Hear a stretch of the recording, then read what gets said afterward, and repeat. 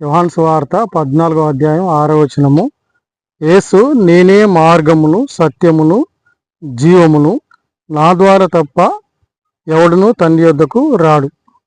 కాబట్టి యేసు చెప్పిన మాట ఏంటంటే, మరి ఆయన మార్గము, ఆయనే మార్గము, ఆయన సత్యము, ఆయన జీవం. నేనే మార్గమును సత్యమును జీవమును అని చెప్తూ వచ్చినాడు. కాబట్టి క్రైస్తవ్యము మతం కాదు, క్రైస్తవ్యము మార్గం. క్రైస్తవ్యం అంటే యేసు ప్రభుని అనుసరించి జీవించడము, యేసు బోధల్ని, యేసు ఆజ్ఞల్ని, యేసు యొక్క ఉపదేశాన్ని అనుసరించి నడుచుకోవడమే క్రైస్తవ్యం. కాబట్టి యేసు ప్రభు ఈ లోకంలో ఆయన మరి ఆయన ఆయన ప్రేమ చూపించినాడు, ప్రేమ కలిగి జీవించినాడు. అంతేకాకుండా మరి ఆయన సమర్పణ కలిగి జీవించినాడు, ఆయన క్షమాపణ కలిగి జీవించినాడు. మరి ఆయన అనేకులకు మేలు చేస్తూ వచ్చినాడు, స్వస్థపరుస్తూ వచ్చినాడు, బాగు చేస్తూ వచ్చినాడు, ఆదుకుంటూ వచ్చినాడు.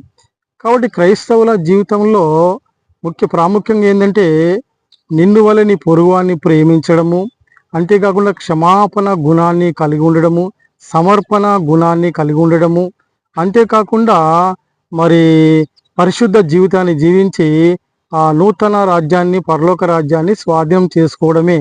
కాబట్టి యేసు ప్రభు వలె ఈ లోకంలో నిన్ను వలె నీ పొరుగువాన్ని ప్రేమించడము, క్షమాపణ గుణాన్ని కలిగి ఉండడము, సమర్పణ కలిగి ఉండడము, పరిశుద్ధ జీవితాన్ని జీవించి ఏ పాపం చేయకుండా కొనసాగి నూతన రాజ్యాన్ని, పరలోక రాజ్యాన్ని స్వాధీనం చేసుకోవడమే క్రైస్తవం. అంతేకాని క్రైస్తవం ఈ లోక సంబంధమైనది కాదు.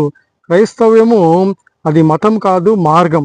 అంతేకాకుండా క్రైస్తవుని యొక్క బాధ్యత ఏంటంటే, యేసు వలె ఇతరులని ప్రేమించడము, క్షమాపణ గుణాన్ని కలిగి ఉండడము, సమర్పణ కలిగి ఉండడము, ప్రజల కొరకు, దేశం కొరకు, మరి సమర్పణ, వారి క్షేమం కొరకు సమర్పణ గుణాన్ని కలిగి ప్రార్థన చేయడం.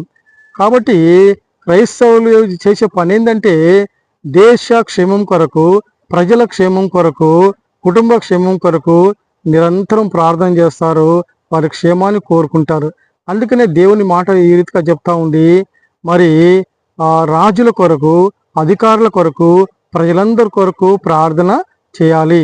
కాబట్టి ఈ లోకంలో క్రైస్తవుడు ఏం చేస్తాడంటే, ప్రజల క్షేమం కొరకు, దేశ క్షేమం కొరకు, అధికారుల క్షేమం కొరకు, మరి రాజుల కొరకు, మరి అందరి కొరకు ప్రార్థన చేస్తాడు. క్రైస్తవత్వం మంచిని కోరుకుంటుంది, మేలును కోరుకుంటుంది. మరి క్రైస్తవుడు మరి యేసు ప్రభు వలె ప్రేమని చూపుతాడు,